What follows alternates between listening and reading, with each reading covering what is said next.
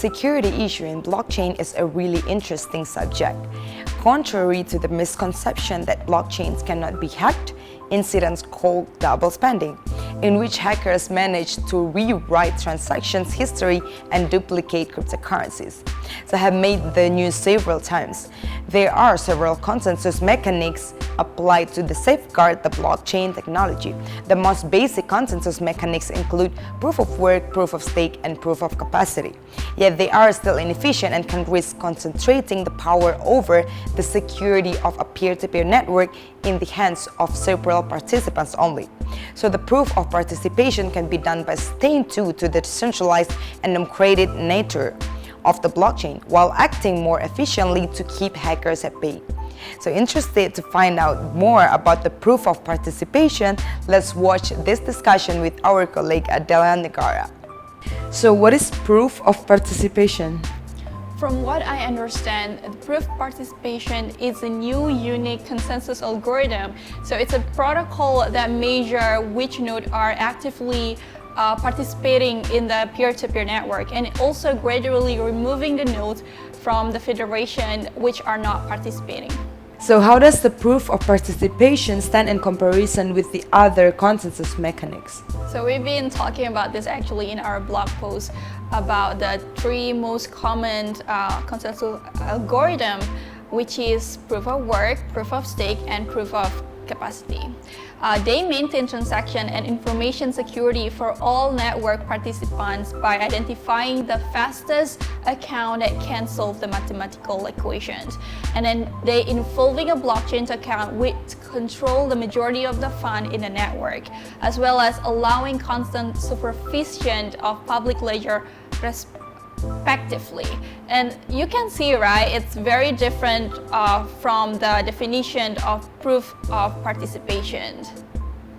So how do you apply this proof of participation to secure the blockchain? Well, this proof of participation can prevent an attack that we call it the 51% attack, in which node in the peer-to-peer network, usually run by the hacker, control more than half of the network's mining computing power, which can compromise the integrity of the blockchain. The most famous consensus of the 51% attack is the double spending phenomenon, whereby a hacker spends cryptocurrency without having the amount deducted from the hacker's account. This is done by compromising the transaction protocol of particular blockchain. So although the seller has shifted the ownership status of the purchased good to the buyer because the Fox transaction somehow get validated, the payment never gets transferred to them, resulting in losses. So in this manner, the proof of participation share function with proof of work and proof of stake.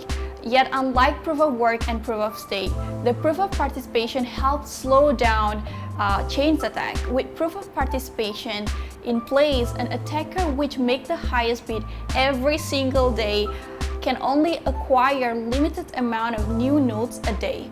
The attacker also cannot purchase existing node, as they won't be able to change their account address into that one register node. By extending the time with which these attackers gain control of the network, the proof of participation allows for the node register to strategize so as how to bolster the network's strengths against the node. Well, that's very interesting. So it's actually about who's the most active. Exactly. I'm sorry about the long explanation, though. I hope that you don't. No, it was very good. It was very good. So yes, thank you so much for your presence here today. Thank you for joining this discussion. I hope this gives you insightful information regarding proof of participation. And if you have any questions or comments about the topic, leave your thoughts in the comment sections below. To get more educational content from us, subscribe to our YouTube channel, Blockchain Zoo.